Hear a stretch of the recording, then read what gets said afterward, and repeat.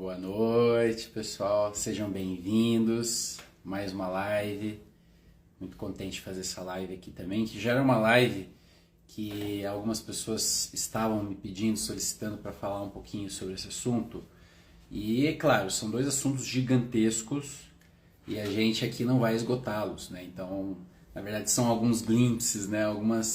Algumas visões sobre esses assuntos que, na verdade, vem tomando a atenção de muitas famílias. Eu coloquei aqui a live sobre transtorno do déficit de atenção e hiperatividade e autismo. Apesar de, assim, a gente poderia falar muitas horas sobre autismo, poderia falar muitas horas sobre TDAH. Por que eu escolhi falar os dois, né? Porque muitos mecanismos do que a gente vai dizer aqui, que vão ajudar, às vezes, no prognóstico, né, no tratamento dessas pessoas que têm essas condições, tem uma base comum. Então, o primeiro conceito que a gente precisa entender é que, claro, quando a gente fala numa criança que tem sintomas de TDAH, numa criança que tem sintomas de autismo, a gente tem que entender, puxa, como que isso foi formado? E existe sim já uma compreensão de uma base comum, né, que une essas questões. Uma coisa que é importante também, que os diagnósticos é uma discussão, né? Porque, primeiro assim, eu não faço o diagnóstico dessas condições e muitas vezes eu não estou muito preocupado também com esse diagnóstico. Por quê? Quando você fala para uma família que tem uma criança que é autista, né? Como que o pai, a mãe, o cuidador vai compreender esse processo? Muitas vezes tem muitos preconceitos ali. Tem muitas questões, muitas crenças. A gente tem que tomar muito cuidado em taxar uma pessoa com uma certa doença. Ainda mais uma doença de fundo mental, que é muito difícil o diagnóstico. Não é tão simples assim, não. A mesma coisa o TDAH. Né? Então a pessoa às vezes tem lá uma hiperatividade, tem uma agressividade, tem uma dificuldade de foco, concentração, e ela passa a receber esse diagnóstico de algum profissional. Então, como que a pessoa recebe isso? Como que ela lida com o diagnóstico de TDAH? Então, é muito delicado a gente diagnosticar, principalmente diagnósticos psiquiátricos. Eu tomo muito cuidado, então eu costumo não fazer esse diagnóstico, mas eu procuro tratar o que o paciente está me trazendo, ou o que o familiar, o que a mãe e o pai estão trazendo. Então, muito mais fazendo uma abordagem fenomenológica, ou seja, que fenômeno é esse que está acontecendo, o que está passando nessa família, vamos olhar juntos, vamos ver o que pode ser otimizado, né? O que acontece? O diagnóstico psiquiátrico, em geral, eu atendo muitos pacientes, né, com depressão, ansiedade, outros transtornos também. Mas o que acontece? Quando o paciente recebe esse diagnóstico, há o risco de ele se esconder atrás desse diagnóstico. E o que é se esconder atrás do diagnóstico? É você justificar tudo com base naquele diagnóstico. Ah, eu sou assim porque eu tenho depressão. Ah, eu sou assim porque eu tenho autismo. Ah, eu sou assim porque eu tenho transtorno de déficit de atenção. E aí passa a fazer um processo assim de ficar em torno desse diagnóstico. E na realidade, a pessoa em muitos casos, ela poderia assumir, né, algumas responsabilidades, algumas condutas, algumas mudanças no estilo de vida, que gera uma mudança total no diagnóstico. Então, é esse cuidado que a gente tem que ter. Quando a gente fala assim, a pessoa tem TEA, né, que é o transtorno de espectro autista. Essa pessoa tem TDAH, que é o transtorno de déficit de atenção e hiperatividade. Então, cuidado com o diagnóstico. Uma outra coisa que vale a pena a gente compartilhar é assim, o próprio diagnóstico em si dessas condições, além dele ser complexo, precisa ter muito cuidado na hora de diagnosticar. Não existe ainda na medicina consenso das bases de origem, né? Exatamente na base nosológica que a gente chama, ou seja, assim, como é que essa doença acontece no cérebro? Por que elas acontecem dessa forma? Na realidade, o que a medicina sabe hoje é que existem espectros, né? Então, no nome do TEA, transtorno de espectro autista, é um espectro. Ou seja, você tem várias maneiras de manifestação desses comportamentos, desses tiques, desse comportamento ali muito vicioso, né? Da dificuldade de contato visual, que muitas vezes se manifesta, da dificuldade de contato social. Então, você tem um espectro de manifestação muito grande, desde formas mais leves, intermediárias e mais graves, tá? Então, assim, cada uma dessas manifestações é única, em genes diferentes envolvidos, né? Não é sempre o mesmo gene, ou seja, são, principalmente no TEA, tem uma epigenética muito diversificada, que a gente vai ter que olhar caso a caso. Não tem como a gente generalizar, o TEA é desse jeito, é por causa disso, por causa do tal gene, não é assim. A mesma coisa do TDAH.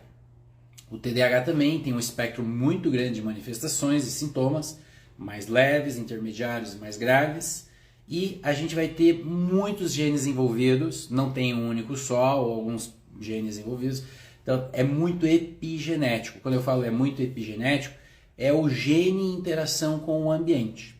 Então quando a gente vai falar dessas condições, a gente já tem que olhar para o ambiente. E isso a medicina convencional, a medicina mais clássica, ela não olha muito. Ela deixa muito de lado. Então faz muito bem o diagnóstico, passa a fazer o tratamento. Os tratamentos para TEA são muito limitados pela medicina convencional. Os medicamentos não mudam, muitos efeitos colaterais, né? Não traz muito alívio de sintomas. Mas quando ele é diagnosticado o mais breve possível, né, quando você tem um atraso de linguagem, essa criança não faz contato visual com a mãe na amamentação, ou às vezes não faz contato visual, né, quando no primeiro ano de vida, você já tem que começar a suspeitar. E as condutas que são feitas logo no início, como o cérebro está em desenvolvimento nessa fase, elas vão ter mais efeito terapêutico. Então, a gente está falando de psicoterapia, estamos falando de fonoaudiologia, estamos falando de várias abordagens que ajudam essa criança no neurodesenvolvimento dela, né? Fisioterapia, enfim. Você pode fazer uma abordagem bem multiprofissional.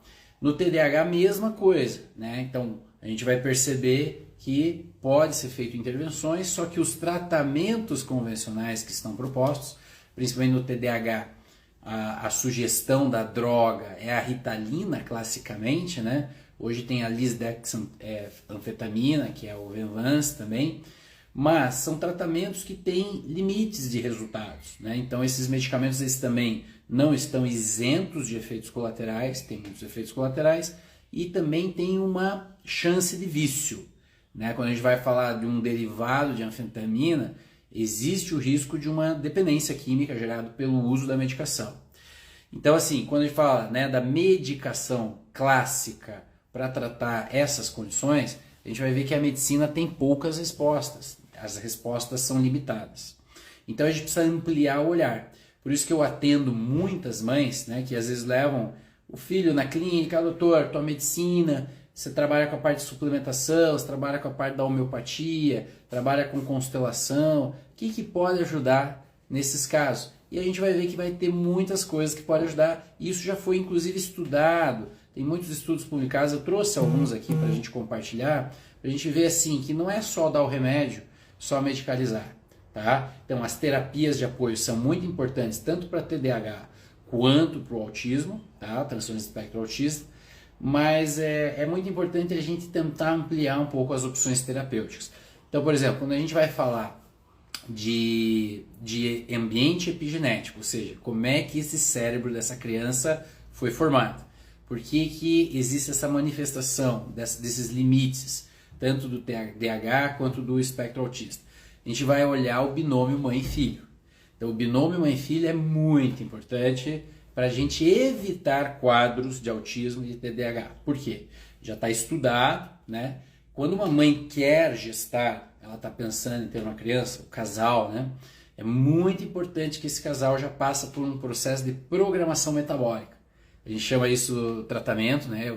Eu faço esse acompanhamento também lá na clínica.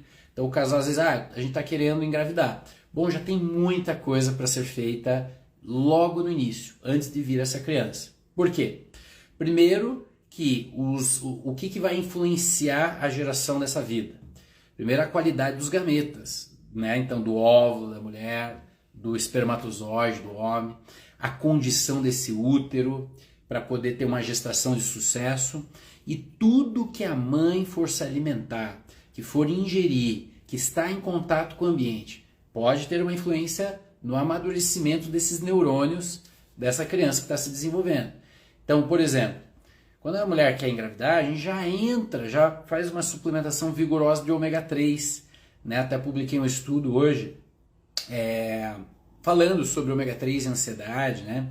Como a suplementação pode impactar na ansiedade, mas não só isso. Por isso que quando a gente vai falar de qualquer transtorno mental, a base de suplementação vai ser muito parecida.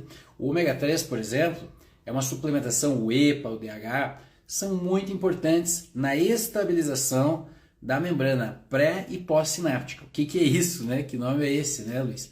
Quem não está aí muito afins, né, a familiar essas nomenclaturas. Bom, lá no nosso cérebro a gente tem um neurônio, tem um outro, eles se comunicam através de neurotransmissores, né? Então esses neurotransmissores são produzidos no nosso corpo. E existem membranas, membrana pré e membrana pós. E aqui entre eles tem essa comunicação química. Para a estabilidade dessas membranas neuronais, o ômega 13, né, o EPA e o DHA são muito importantes.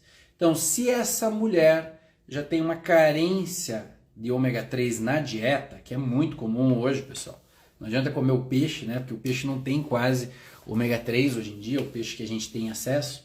Então, isso vai ser suficiente para que, não só no cérebro dessa mãe tenha essa deficiência, ela vai ter sintomas relacionados a isso, mas na formação do cérebro do feto, principalmente o DHA, tá? Que é um dos ácidos graxos do ômega 3, vai faltar muita coisa. Então, esse cérebro dessa criança já não vai ter um componente essencial para poder funcionar. Outros nutrientes que são muito importantes para essa comunicação cerebral, por exemplo, o zinco é muito importante, né? Então eu até trouxe, antes de falar do zinco, vou falar um pouquinho do complexo B, da B1, B2, B3, B5, B6 e folato. Então a carência dessas vitaminas já está bem estudada, né? Que pode aumentar comportamentos agressivos, comportamentos de explosão de humor, tá? Então existem estudos publicados, o Herbison em 2012 fez uma análise transversal, questionários de inquérito alimentar nas escolas, e o que ele pôde perceber? Que as crianças que tinham mais comportamentos agressivos, de agressão mesmo entre as crianças, de dificuldade de convívio social, né? E elas tinham coincidentemente também carências dessas vitaminas do complexo B. Então já existe esse estudo observacional, mas tem muitos estudos publicados sobre o complexo B. Mas afinal de contas, por que o complexo B é tão importante? Porque o complexo B, pessoal, além dele entrar em todos os processos de detoxificação hepática, na fase 1, na fase 2 da detoxificação, na fase 3, cerebralmente, muitas enzimas, né, que agem na degradação de neurotransmissores têm como cofatores algumas dessas vitaminas. Né? A B6, super importante para a serotonina, a B1 vai ser super importante para a dopamina. Ou seja, se eu não tiver uma quantidade boa dessas vitaminas no meu corpo, eu vou prejudicar o funcionamento neuronal. Se essa mãe que está pretendendo gestar não tem uma quantidade boa de complexo B, como é que vai ser a formação desse cérebro, dessa criança? Né? Então, ali já tem o risco de estar desenvolvendo um problema neurológico. Tá? Outro nutriente fundamental, que é o ferro. O ferro, pessoal, tem muita carência de ferro, eu avalio isso todo dia, né? E a gente percebe assim, ferritina muito baixa. A ferritina é uma proteína que carrega ferro no seu corpo. E a gente pode medir pelo sangue, né? E a ferritina, o ideal é que ela esteja lá acima de 80. E a gente vê muitas gestantes que não foram tratadas, que não foram acompanhadas. Às vezes com uma ferritina lá de 12, de 15, de 20. Ou seja, a reserva de ferro é muito baixa. E qual vai ser o impacto neuronal na baixa de ferro? Bom, o ferro é importante para um monte de coisa, para tireoide, para massa muscular, para unha, cabelo e tal. Mas no cérebro, ela é cofator, ou seja, ela entra numa enzima chamada tirosina hidroxilase, que ajuda a fazer a síntese da dopamina. E a dopamina é um neurotransmissor extremamente importante nessas condições que a gente está conversando aqui. Né? Então, por exemplo, o TDAH ele acaba tendo carência de dopamina. Muitas vezes não tem dopamina suficiente na fenda e não consegue manter o foco e a concentração naquela atividade que ele está realizando. Ou seja, pode às vezes ter uma carência de ferro envolvida, né, de ferritina. Então isso já foi publicado em jornais de psiquiatria, né? Então a carência de ferro, né, a densidade de receptores D2 e D4 da dopamina. Então, quanto menor o ferro, menor a quantidade desses receptores. Ou seja, eu não vou ter uma sinapse que está conversando bem, né, que está fazendo a transmissão adequadamente. Tá? Outra carência que já foi estudada, que tem relação com TDAH, por exemplo, e transtornos mentais, carência de iodo. A gente sabe que o iodo ele está hoje no sal, o sal nosso é iodado, né? Porém, nós temos competição, o iodo para entrar na tireoide, para fazer a síntese né, da tiroxina, um pouquinho de triiodotironina que é produzido na tireoide, necessariamente tem que ter uma quantidade grande. Por quê? Existem competições, né, que o iodo sofre, por exemplo, do cloro, o cloro que está na água, que está no banho, que a gente inala no banho.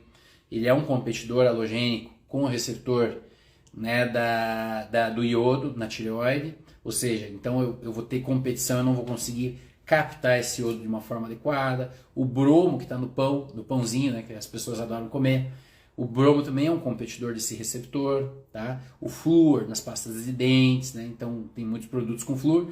Então tudo isso, existe uma contaminação por esses halogênios, e aí mesmo que eu tenha um sal iodado, mesmo que eu tenha uma certa quantidade de iodo na minha alimentação, eu posso fazer uma carência e na gestação isso vai ser catastrófico, né? Então se essa mãe não tem uma quantidade de iodo adequada, ela vai ter problema na síntese de hormônios tiroidianos e isso vai ter um impacto brutal no amadurecimento neuronal dessa criança. Ele sabe, né, que hipotiroidismo também da criança, o hipotiroidismo da infância ou gestacional, ele é desastroso, né, até inclusive para retardo mental, né, que tem o quadro do cretinismo.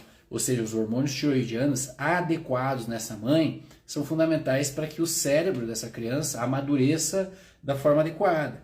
Então, o iodo também é muito importante, tá? Agora tem outros aspectos, eu falei de alguns nutrientes. Alguns nutrientes, por exemplo, a tiamina, que é do complexo B, ajuda na síntese de acetilcolina e GABA. São dois neurotransmissores de relaxamento, né, da pessoa ficar mais focada, mais tranquila. Então, no TDAH, quando a pessoa tem baixo GABA, tem baixa acetilcolina, mas tem muito glutamato, que é um neurotransmissor de agitação, então vai piorar o espectro, né? A pessoa vai ter mais sintomas de distração, de desatenção, de impulsividade, de agressividade, ou seja, uma simples vitamina vai ter impacto direto às vezes na doença, e isso às vezes não é averiguado pela neuropediatria clássica, né? Pela abordagem clássica só focada em doença.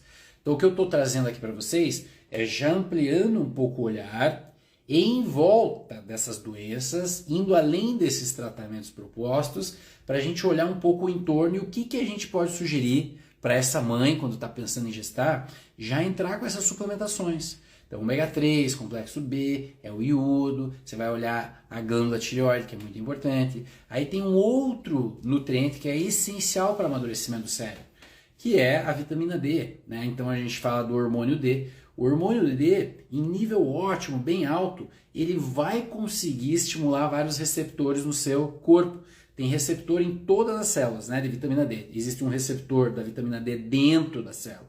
Então a vitamina D entra pela membrana plasmática, se acopla a esse receptor, vai lá no núcleo da célula e faz a transcrição de várias partes, vários genes, né, que estão lá no DNA, na haste enroladinha de DNA. Ou seja, a vitamina D e o receptor dela são elementos fundamentais para você poder gerar um monte de processo no corpo. Então, se essa gestante que está pensando em gestar, ela tem uma baixa vitamina D, que é super comum hoje em dia, ela não se preparou, quer dizer, qual é o impacto que isso vai ter no cérebro do nenê? Né? Vai ser enorme, tá, pessoal? Enorme esse impacto de uma baixa vitamina D. A vitamina D é super importante em pegar o triptofano, transformar o triptofano em serotonina, transformar a serotonina em melatonina. Existem várias enzimas que a vitamina D é cofator.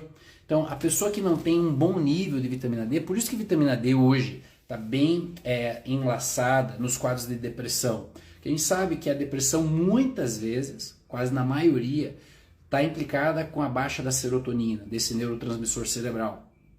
Então, se eu não tenho vitamina D, eu não consigo fazer a síntese, eu não consigo fazer essa serotonina agir. né? Então veja, um micronutriente, mas que é um grande, né, que é considerado um hormônio, vai trazer um impacto brutal. Então se essa mãe já não tem essa condição, imagina a criança que está sendo gestada na barriga dela. Então tudo isso, eu falei de vitamina D, de complexo B, falei do iodo, falei da tireoide, falei do ferro, tá? Então isso tudo tem que estar otimizado para que essa criança que está se desenvolvendo, esse cérebro, ele não tenha problemas de transtornos mentais, como o TDAH, o autismo, tá? Então muito tem a ver com isso. Agora tem outras coisas que eu vou comentar. Além de ter carência desses nutrientes, né, a gente fala muito aqui de suplementar esses elementos, é totalmente evitável essas situações se fizer uma boa suplementação. Existe o complexo, né, existe o complicador da situação, que é o quê? Essa mãe também pode estar recebendo cargas tóxicas no seu corpo, pela pele, pelo shampoo, pelos cosméticos cheios de chumbo, pela cápsula de alumínio do cafezinho, pela panela de alumínio que usa na refeição, né, as baterias celulares, esses aparelhos eletrônicos com cádmio, né, que está nas baterias, ou seja, todos esses elementos tóxicos, metais pesados, metais tóxicos para o sistema nervoso central, eles podem estar entrando no seu corpo, seja pela água, seja pelos alimentos, seja por produtos que você passa na sua pele, e podem estar ocupando lugares e receptores de hormônios muito importantes no seu corpo, ou seja, fazendo disrupção endócrina, e isso também a medicina convencional não questiona. Então uma coisa que é muito legal é avaliar nessa gestante que está pensando em engravidar a questão da intoxicação por metais tóxicos. E em geral tem intoxicação, tá, pessoal? Eu vou dizer assim, de cada 10 pessoas que vão no consultório, que começam a fazer um acompanhamento preventivo, eu vou dizer que umas 8 estão intoxicadas por algum metal, tá? Existem exames que conseguem detectar isso, que a gente consegue ver exatamente qual o metal. Existem tratamentos propostos, que a gente chama de quelação, em que a gente consegue arrancar esses elementos tóxicos do corpo e fazer o corpo voltar a ter uma certa funcionalidade. Ou seja, eu consigo tirar esses elementos tóxicos que podem estar passando pela barreira placentária da mãe e atingindo diretamente o cérebro da criança que está em desenvolvimento, o nenenzinho, né? O feto. Então, assim, a contaminação por metais é um negócio bem sério, bem preocupante, tá? E aí, claro, tem um monte de condutas que podem ser feitas nesse sentido. É consumir mais orgânicos, é comprar uma usina de eletrólise, é você deixar de usar cosmético comum, é você deixar de usar shampoo e condicionador comum, tinta de cabelo, até roupa, às vezes tem que cuidar.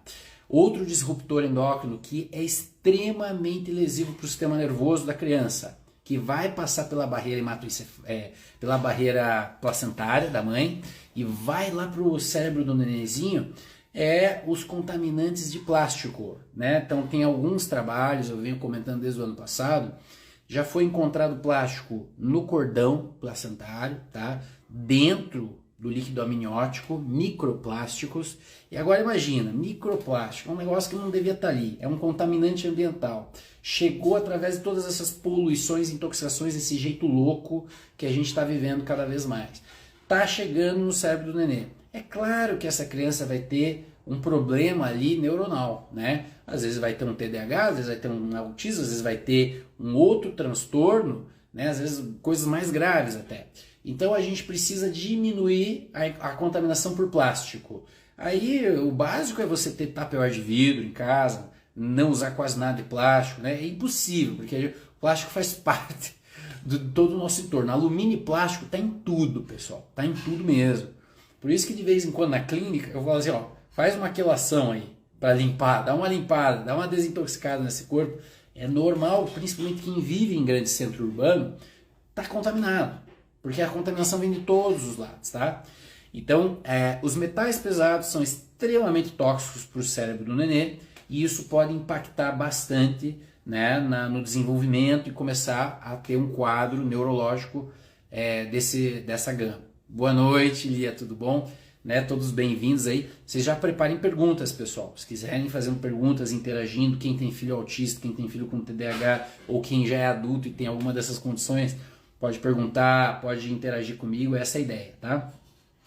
Uma outra, falando um pouquinho não só de intoxicação, falamos de bisfenol, falamos de metais pesados, falamos de agrotóxicos, tem estudos mostrando que também aquelas crianças, né, aquelas mães que estavam com níveis de agrotóxicos maiores no corpo, a criança teve muito mais atraso do desenvolvimento, né, teve implicações ali, então tem estudos já mostrando isso. Ao longo, né, do tempo eu vou colocando esses estudos aqui no meu perfil. Agora, tem uma outra suplementação que eu não comentei, mas que também traz muito benefício, né? Que não é feita na medicina convencional, mas que a gente pode estar fazendo, né? Quando a gente fala assim, nesse trabalho mais integrado, que é a suplementação de magnésio, principalmente para aquelas crianças, foi publicado no Journal American Nutrology. Então, foi feito estudo lá, e as crianças que suplementaram magnésio, que é um super mineral, é um metal talvez um dos mais importantes para a nossa saúde e bem-estar, e psíquico então nem se fala, ele tem uma preponderância muito grande.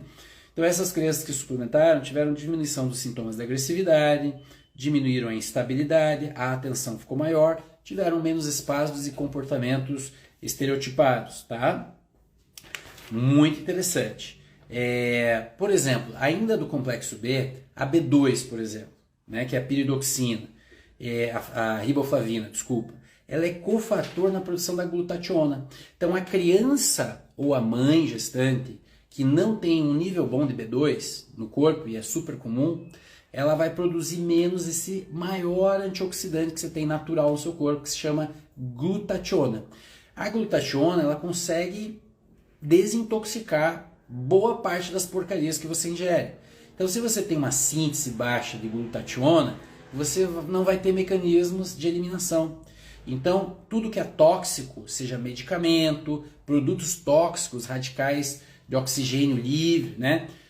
Superóxido, hidroxila, né? Então, todos esses íons que são extremamente danosos, radicais livres, se você não tem um bom nível de glutationa endógena produzida no fígado, você não consegue detoxificar. Ou seja, você fica mais vulnerável a ter estresse oxidativo aumentado, né, grande. E claro, na medida em que eu estou inflamado no corpo, o cérebro vai junto. Né? A gente fala muito hoje, pessoal, desse termo neuroinflamação.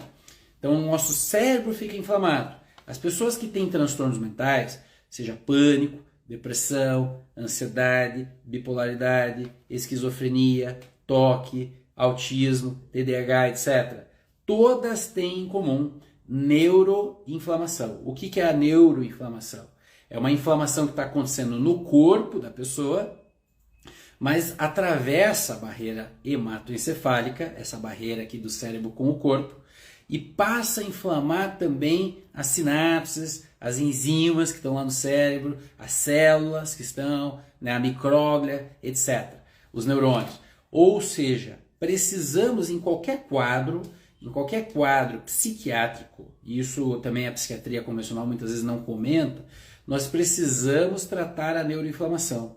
E você pode me questionar, puxa Luiz, mas afinal de contas, por que acontece a neuroinflamação? De onde vem a neuroinflamação? A neuroinflamação, pessoal, aí entra novamente no binômio mãe-filho. Se a mãe comer um monte de porcaria, de alimentos inflamatórios, como leite, glúten, um monte de carne vermelha, um monte de produto industrializado, um monte de corante, benzoato de sódio, que é um conservante alimentar que é muito tóxico para os neurônios, né? Quer dizer, se você tem um aumento na ingesta de todos esses poluentes da alimentação, isso tudo vai passar pelo intestino da mãe, essa mãe vai fazer um processo de desequilíbrio da microbiota intestinal dela, e esse desequilíbrio da microbiota dela pode provocar o que a gente chama do intestino hiperpermeável, que é o leaky gut, a palavra do inglês. E essa inflamação, esse leaky gut, que é esse afastamento das células do intestino, elas hiperestimulam, né, as bactérias começam a entrar em contato com o sistema imunológico, elas hiperestimulam os Toll-like receptors tipo 4, que estão ali só esperando alguma coisa estranha para reagir, e quando eles são ativados, eles fazem uma tempestade de citocinas inflamatórias no seu corpo. Essas citocinas, como interleucina 6, TNF-alfa e outras interleucinas, viajam pela sua corrente sanguínea, vão inflamando também a barreira hematoencefálica, mas não só da mãe. Isso também está passando pelo sangue lá para o nenenzinho, para o feto, né? Então está chegando lá, está fazendo desequilíbrio dessa barreira também. E esse leaky gut que começou no intestino também é um leaky brain, que a gente chama. Ou seja, essa barreira é desequilibrada, desajustada, e todos esses fatores de inflamação atravessam essa defesa da barreira hematoencefálica e passam a fazer esse quadro de neuroinflamação. Não preciso dizer que uma pessoa que tem neuroinflamação piora muitos sintomas psiquiátricos, tanto de TDAH, quanto de autismo, quanto de depressão, quanto de qualquer transtorno mental. Ou seja, Luiz está dizendo que o que a mãe come, o que tem no intestino dela, o desequilíbrio da microbiota do intestino da mãe, do ambiente, do microbioma, quer dizer que isso pode estar levando a quadros de autismo e TDAH? Não há dúvida mais, pessoal.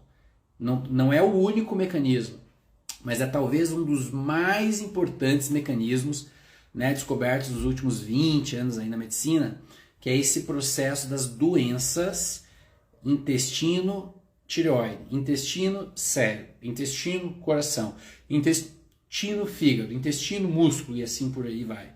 Ou seja, o nosso intestino é a grande fonte de inflamação ambiental. Afinal de contas, ele recebe uma carga tóxica muito maior que qualquer outro órgão, não é mesmo? Ele está em contato com o ambiente externo, é um tubo oco, né, que passa pelo nosso corpo, então ele faz essa regência entre o que vem de fora, como passa por dentro e como estimula o sistema imunológico. Ou seja, se essa mãe come um monte dessas porcarias que a gente falou, há uma chance maior dessa criança ter um atraso de desenvolvimento, uma inflamação, né? E aí soma-se a isso. Essa criança nasceu de cesárea, não passou pelo canal do parto, ou seja, não teve condição de passar pela microbiota da mãe vaginal, que ia proteger ela e estimular bem o sistema imune dela. Aí a mãe passou a amamentar, mas não conseguiu amamentar, então essa criança desmamou precocemente, não fez nem 6 meses de amamentação.